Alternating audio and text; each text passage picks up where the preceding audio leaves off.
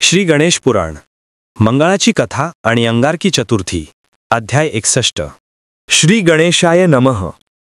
देवराज इंद्र राजा शूरसेनाला म्हणाले, राजा, मंगळवारी येणाऱ्या कृष्ण चतुर्थीला अर्थात संकष्टी चतुर्थीला अंगारकी चतुर्थी म्हणतात।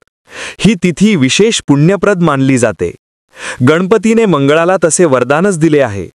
ती कथा अशी आहे। क्षिप्रा नदीच्या काठी वसलेल्या अवंती नगरीत भारद्वाज ऋषींचा आश्रम होता। भारद्वाज ऋषी महान तपस्वी, अग्निहोत्रादी नित्यकर्माचे निष्ठेने आचरण करत असत।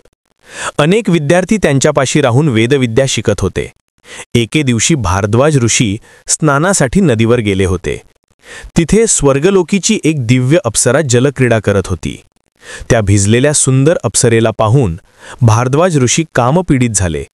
त्यांचे तेज रस्खलित झाले। खाली पडलेले ते वीर्य पृथ्वीने धारण केले। त्यापासून तिला लालबुंद व तेजस्वी असा पुत्र झाला। त्याच्या कांतीचे सर्वांना मोठे आश्चर्य वाटत असे। 7व्या वर्षी त्याने आपल्या मातेकडे आपल्याला लाभलेल्या लालबुंद व तेजस्वी अशा अंगकांती संदर्भात विचारणा केली। तेव्हा त्याच्या मातेने म्हणजे पृथ्वीने त्याला त्याचे जन्मरहस्य सांगितले। त्यानंतर आपल्या पितृभेटीसाठी आतुर झालेला तो तेजस्वी असा पृथ्वीपुत्र भारद्वाज ऋषींकडे जायला निघाला। तेव्हा त्याची माता म्हणजेच पृथ्वी देखील त्याच्या समवेत गेली। त्या दोघांनी भारद्वाज ऋषींची भेट घेतली। पृथ्वीने भारद्वाज ऋषींना आधीची सर्व घटना सांगून आपल्या पुत्राचा स्वीकार करण्याची विनंती केली। भारद्वाज ऋषींनी आपल्या तेजस्वी पुत्राला प्रेमाने जवळ घेतले आणि त्याला आपल्या पाशीच ठेवले। त्याचे पालनपोषण केले। यथावकाश त्याची मुंज केली। त्याला वेदविद्या शिकवली। अभ्यासक्रम पूर्ण झाल्यावर त्याला गणेश मंत्राचा उपदेश केला। पितृआज्ञेने तो नर्मदा तीरी गेला। तिथे अनुष्ठानाला उपयुक्त असे एकांत स्थान शोधून तो तपश्चर्येस बसला। सहस्त्र वर्ष उलटून गेली तरी हे जप अनुष्ठान चालूच होते। त्याची तपोनिष्ठा पाहून श्री महागणपती परमसंतुष्ट झाले।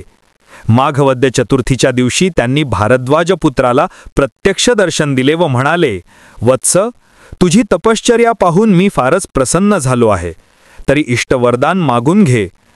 तो म्हणाला, देवा, तुमच्या दर्शनाने मी धन्य झालो आहे। तुमची माझ्यावर नित्य कृपादृष्टी राहो। मला स्वर्गलोकीचे अमृत प्यायला मिळावे। माझी त्रिखंडात कीर्ती व्हावी आणि तुम्ही माझ्यावर प्रसन्न झालात तीही माघवद्य चतुर्थी तिथी लोकांना विशेष पुण्यफलदायी ठरावी अशी माझी प्रार्थना आहे। गणपतीने तथास्तु म्हणून आशीर्वाद दिला व म्हणाले, हे भारद्वाज पुत्रा, मी तुला ग्रहमंडळात स्थान देत आहे। तू मंगळ या नावाने ओळखला जाशील। पृथ्वीचा पुत्र म्हणून तुला भौम म्हणतील। तुझी अंगकांती अंगारा समान लाल बुंद असल्याने तू अंगारक म्हणून प्रसिद्ध होशील। त्यानंतर भारद्वाज पुत्राला आशीर्वाद देऊन श्री महागणपती अंतर्धान पावले।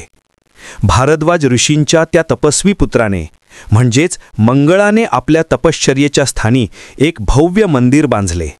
त्यात दशभुजा गणपतींची प्राणप्रतिष्ठा केली आणि त्या गणपतींची मंगलमूर्ती असे नामकरण केले। कालांतराने मंगळवारी येणाऱ्या संकष्टी चतुर्थीला अंगारकी चतुर्थी म्हणण्याची प्रथा पडली। या दिवशी उपोषण, गणेशपूजन व चंद्रोदयानंतर भोजन करावे। त्या योगे श्री महागणपतींची प्रसन्नता लाभून उपासकांचे मंगल होते। गणेश पुराण, अध्याय 61 समाप्त। व्हिडिओ आवडल्यास व्हिडिओला लाईक, शेअर, कॉमेंट आणि सबस्क्राईब करा। शेजारील बेल आयकॉन प्रेस करा म्हणजे तुम्हाला माझ्या नवीन येणाऱ्या सर्व व्हिडिओचे नोटिफिकेशन मिळेल।